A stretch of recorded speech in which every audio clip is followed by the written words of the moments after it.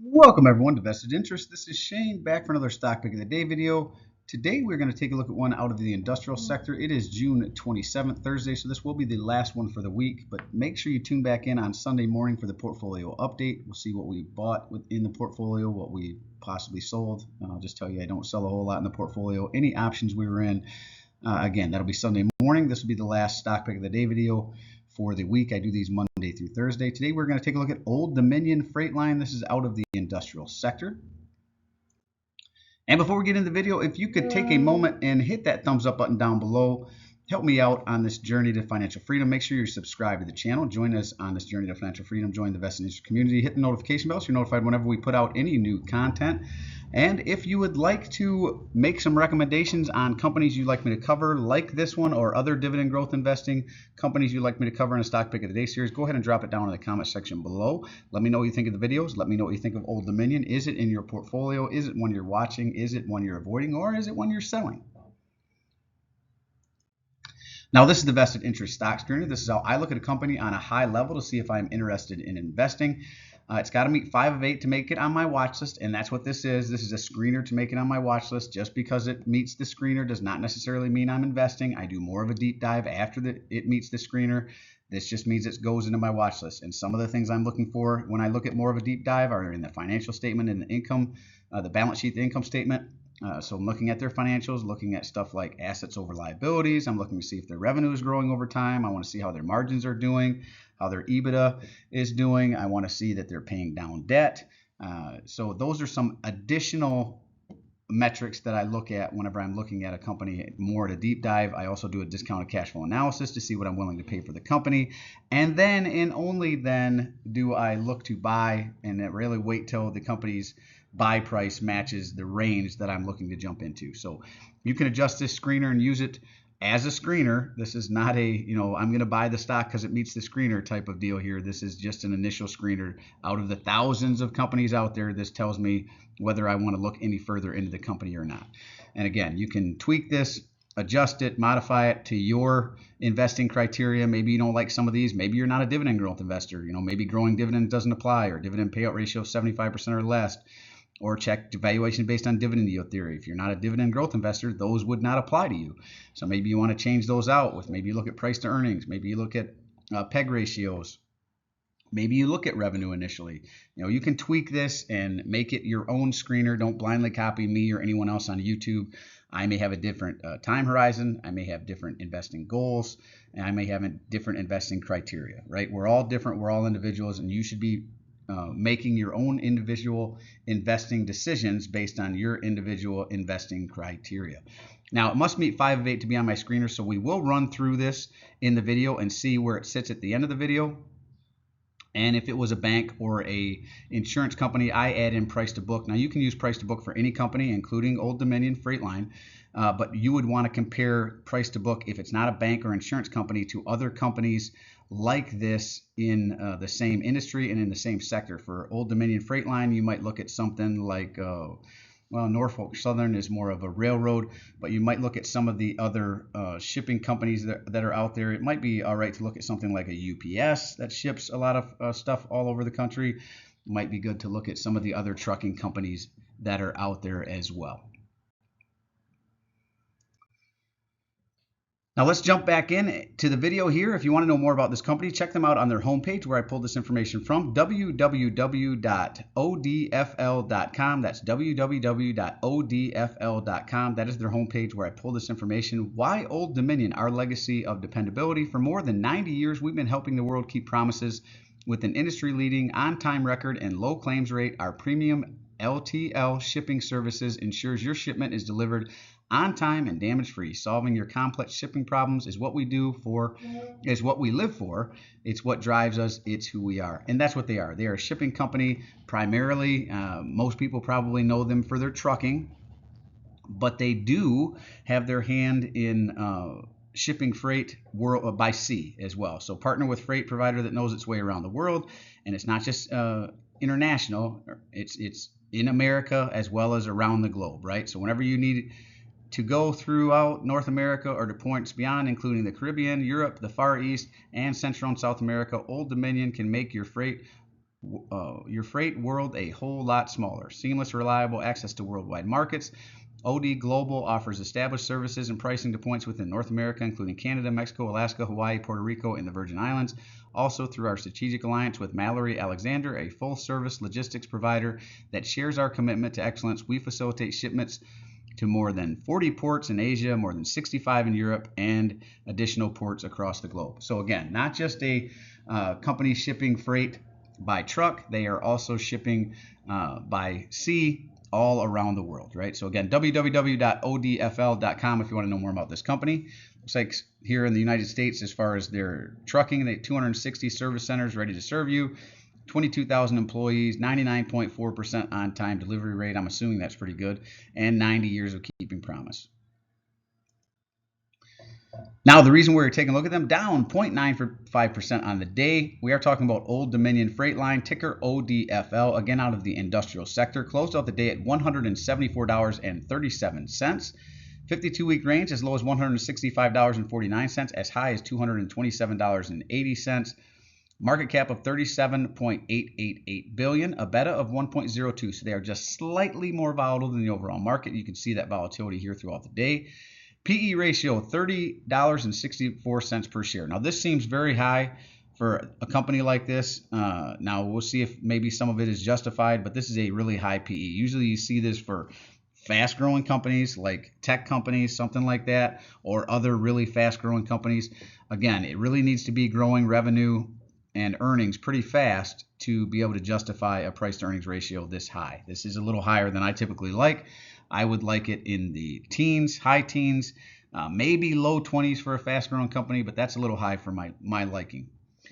EPS, earnings per share, is $5.69 per share. Earnings date is coming up July 24th.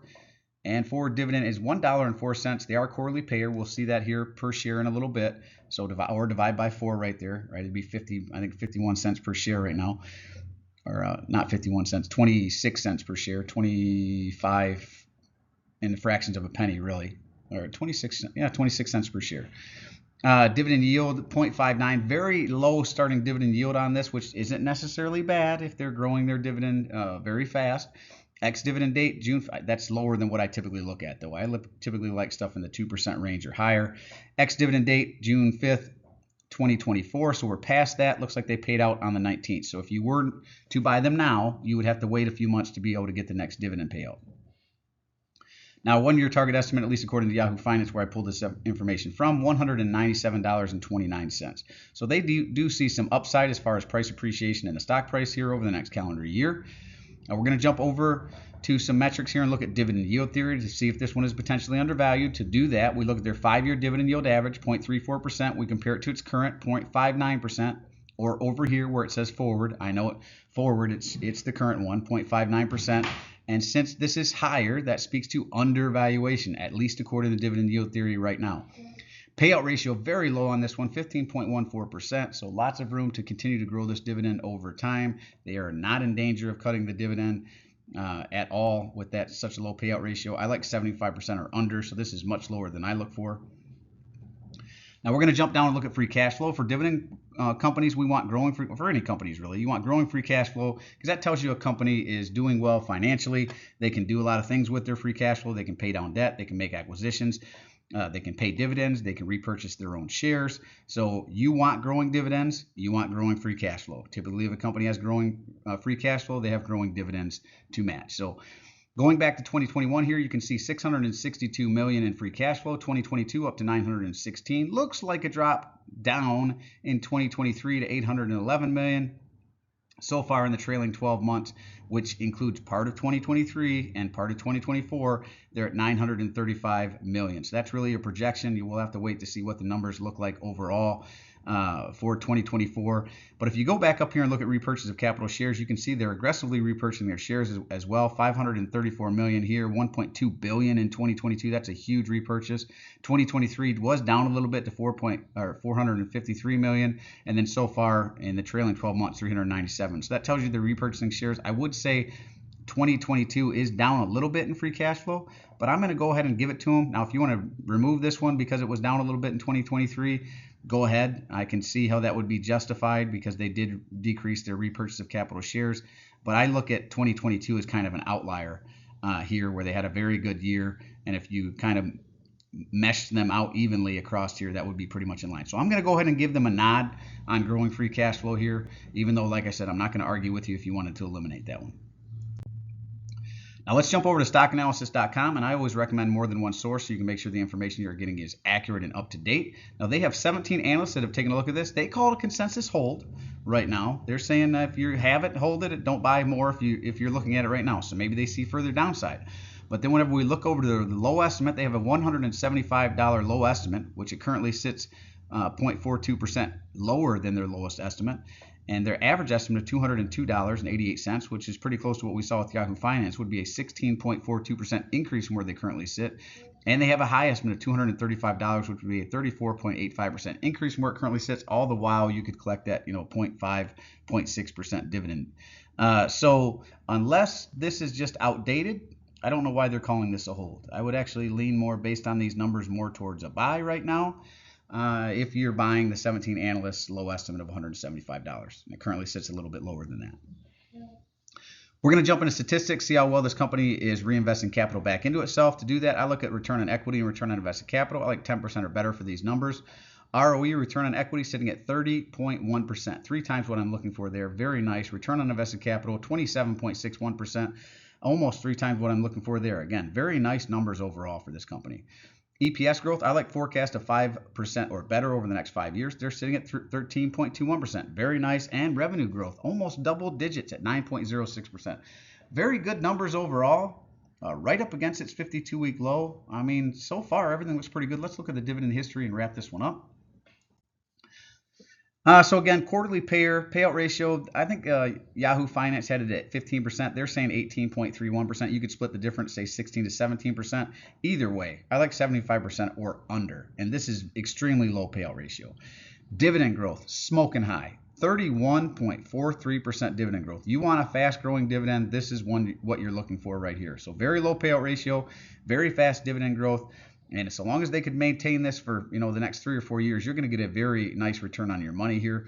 Growth, 7 years of dividend growth, so not the longest, but you got to start somewhere. And it's not like it's 1 or 2 years. They've been growing it for 7 years, so they're consistently growing their dividend. Buyback yield of 1.15%, so they are doing the buybacks to where they're benefiting you as a shareholder, and shareholder yield of 1.75%. Now they do pay out on the March, June, September, December timeframe. Most companies do. And you can see here going back to November 2021, they were paying 10 cents. March 2022 raises up to 15 cents. February 2023 up to 20 cents. And most recently, March 2024 up to 26 cents. So very nice dividend growth, very low payout ratio. Looks like the metrics all look pretty good. Let's run through the screener real quick. So again, understand the business, check there, growing free cash flow. Again, if you wanted to knock this one out here, I wouldn't argue with you. There was the one year it looks like a little low, but it looked like 2022 actually was a very high year. So I'm going to give it to them. Growing dividend, yes, very fast dividend growth. Payout ratio, under 75%, under 20%, very low. Check valuation, dividend yield theory says it's potentially undervalued. Check. Buy below our current cost basis. It is within 15% of its 52-week low. So long as you were buying it under 190 per share, you'd be within 15% of a 52-week low. Return on invested capital, return on equity is almost 30% for both. Earnings per share growth, almost 15%. Check there. So even if you wanted to take this one out, it would be 7 of 8. I'm calling it 8 of 8. Very, very good-looking company here. Might be worth throwing on your watch list, doing more of a deep dive and a discounted cash flow analysis on this one to see if it's something you should be adding to your portfolio. If I'm being completely honest, either this company or Snap-on would be the two that I would be looking at if I was to sell out of Union Pacific. Union Pacific has not raised their dividend in the last couple of years.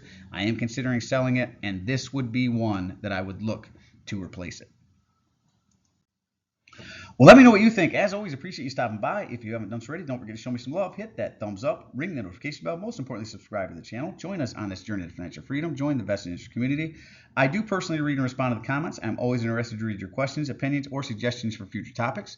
So again, if you have a company like Old Dominion you'd like to have me do a review on, go ahead and drop it in the comment section. I'll work it into the rotation. And this is Shane signing off, wishing peace and prosperity to you and yours. And remember, financial security comes to those who take a vested interest. Hey, thanks for stopping by. Thanks for tuning in, and we'll see you in the next one. I'm not a financial advisor. Nothing in this presentation should be considered financial advice. I'm only sharing my opinion and investing journey for educational and entertainment purposes. Investing involves risk and money. So never invest any amount in losing. Always do your own research. Invest based on your situation, circumstances, and select criteria, or seek the advice of a certified financial advisor.